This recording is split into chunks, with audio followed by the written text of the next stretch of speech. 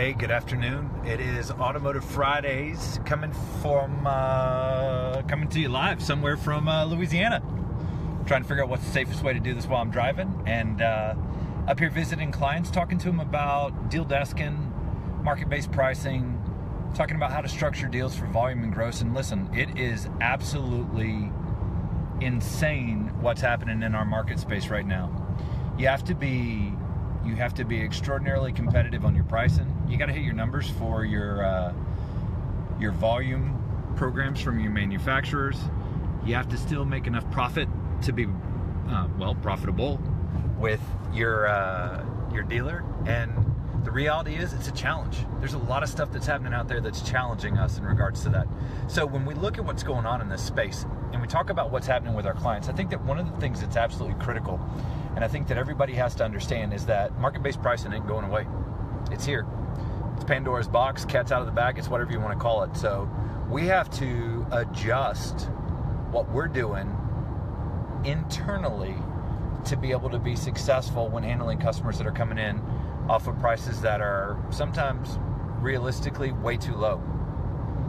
And if you think about that for a second, I've talked about it a little bit before, but one of the biggest challenges that dealers have with online pricing is that when the customer gets to the dealership, that pricing doesn't match a lot of times what happens with the way that we negotiate at the dealership. And that is a bad scene, right? We call that the digital disconnect. So we have to be aware of that as a challenge. And we have to acknowledge that if we're going to put the price out there on the internet, you know what? We need to acknowledge it. We need to justify it. We need to tell the clients that the reason that they're probably there at the dealership right now, it's because they checked it all online and they saw that price is amazing. It's a great price. We need to justify that price to them. So I think it's absolutely critical that we pay attention to this from the standpoint that market-based pricing is not going away. We have to be able to improve the buyer's situation in negotiations to get them to say yes. That's important. They have to feel like they've won in the negotiation aspects, or else we're going to lose that opportunity to close the deal today. So how do we do that? What do we need to do when we're structuring our deal? Well, number one, I think you need to acknowledge right up front the reason that customer's here. They saw your price online. That price, not only is that price a good price for you, it's probably a good price for the other 4 dealerships that they shopped online as well. Think about that for a second, and remember that the average customer is shopping 5 dealerships online before they even come to your store. 5, okay? So they're there. They're at your store. They shopped your price. Guess what? You can justify that. It's logical, it's reasonable, and it's something that you can defend. And I don't mean for you to die over it, but look, here's the reality. When we give up too easily on things like that, that's when it costs us gross and volume, okay? So number one, logically justify your pricing based on the fact that the customer's there and they saw your price online. That's a very important step. A lot of people are missing that, okay? So that's number one. Number two, when we look at a trade, right? We're looking at that trade. One of the things that Grant has always taught and that we have been really emphatic on is that you need to use a 2-number presentation of trade value when you're talking to the customer. And how does that work? Well, we need to take what that vehicle is worth as far as market value, and then we need to track the real reconditioning that it needs to give the customer a figure of what we're willing to pay. Part of the problem with negotiations when it comes to trade value is that we don't do it logically. We just go out and show the customer a number and say, hey, look, I talked to my boss. He said, we'll give you $8,000. What would you take? Now think about that for a second. A, we'll give you? We're not giving them anything, and we're paying for that car. This is something that's absolutely critical, and it's hard to get across to salespeople. We don't give anything. We are buying their car. We're purchasing their car, right?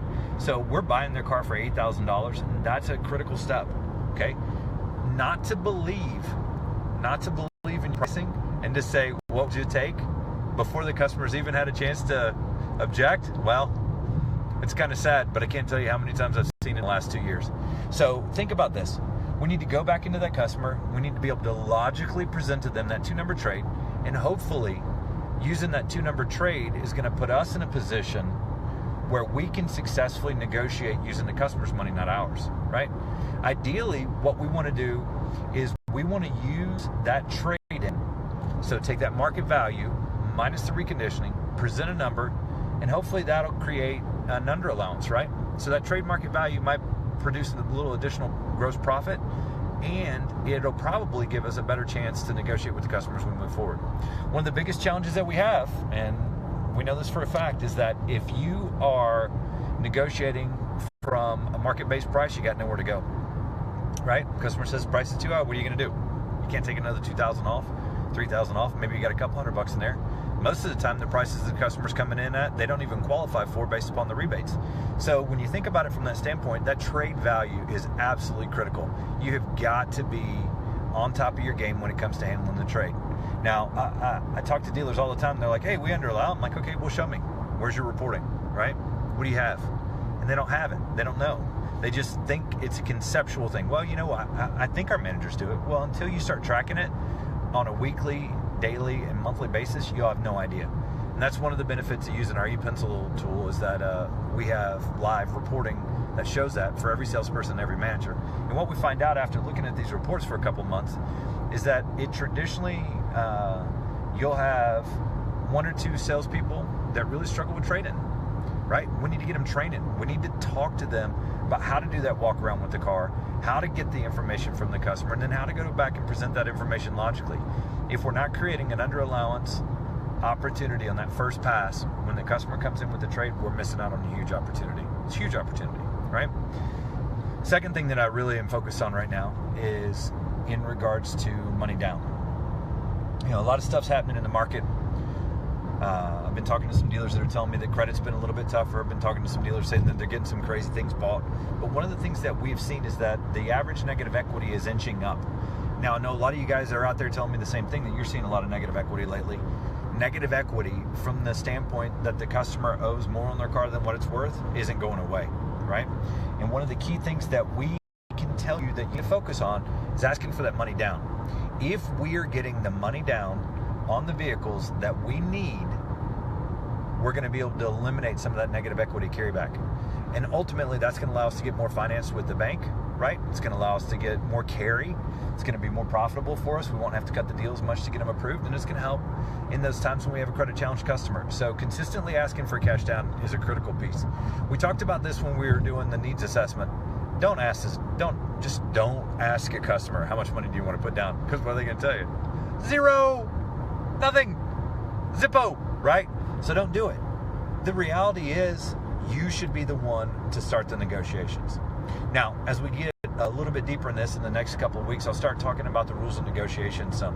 There's some critical things, but the first thing is always ask for cash down, right?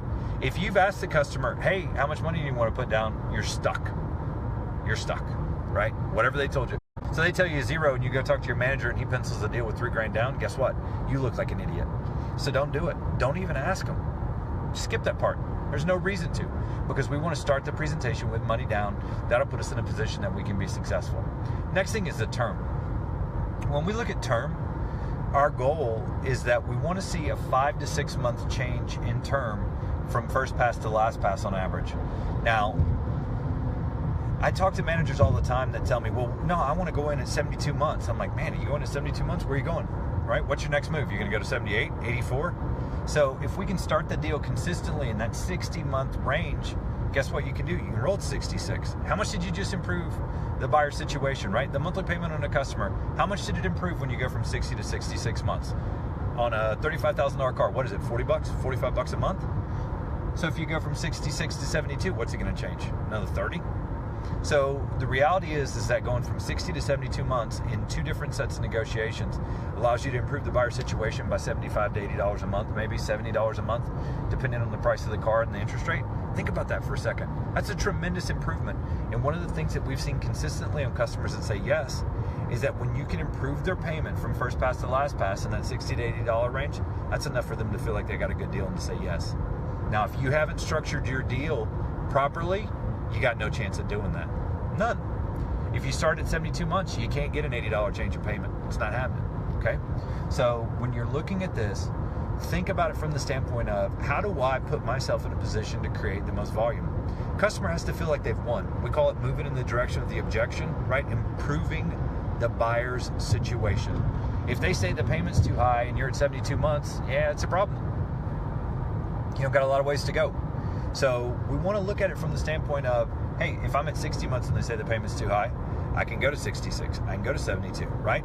A lot of times I'll talk to managers and they'll tell me, well, you don't understand. they're coming in with unrealistic payments, right? They want to be at $350 a month, and the first pass payment $750. I'm like, well, how does that help you go into 72 months, right? We're on the wrong car. It's not a month payment. It's not a month problem. That is a car problem. We're on the wrong car, right? That car is double what they needed to be on. So that's a challenge, right? We need to look at that, and that goes back to that needs assessment. If we understand what the customer's current payment is, we should be able to do a better job at helping them get into the next vehicle, right? We talk about it a lot with salespeople. There's no hard and fast rules, but one of the things that we've seen is that, you can easily increase somebody's payment $50 or $100 a month, okay? But it's hard to double it. It's hard to triple it. So be aware of that when you're working with a customer. If they're paying $350 now, it's hard to get them to $700. It's hard to get them to $900, right? There has to be a significant change in their lifestyle for that to happen. So it doesn't mean that they won't do it. We've seen it happen plenty of times, but just be aware that that's a challenge. So, big picture, wrapping this thing up, 3 areas that I really want you to think about when you're negotiating your working deals. Number 1, trade market value, right? Let's make sure that we are getting a trade value that's based upon whatever current market value is minus reconditioning to give us a number that we can present to the customer. That's item number 1. Item number 2, let's make sure that we're working the deals with cash down. I know it's simple, but look, every Automotive Fridays I tell you the same thing. Try and figure out a way that you can enhance your ability to sell cars for fun and profit this weekend. And I'm going to tell you this right now. This will help. Asking for money down, starting the deal with an under allowance on the trade, and then starting the deal in a shorter term so that you can lengthen that term from 60 to 66 or 66 to 72. Just gives you the ability to negotiate it. So those are your 3 focuses, right? We want to start with that under allowance.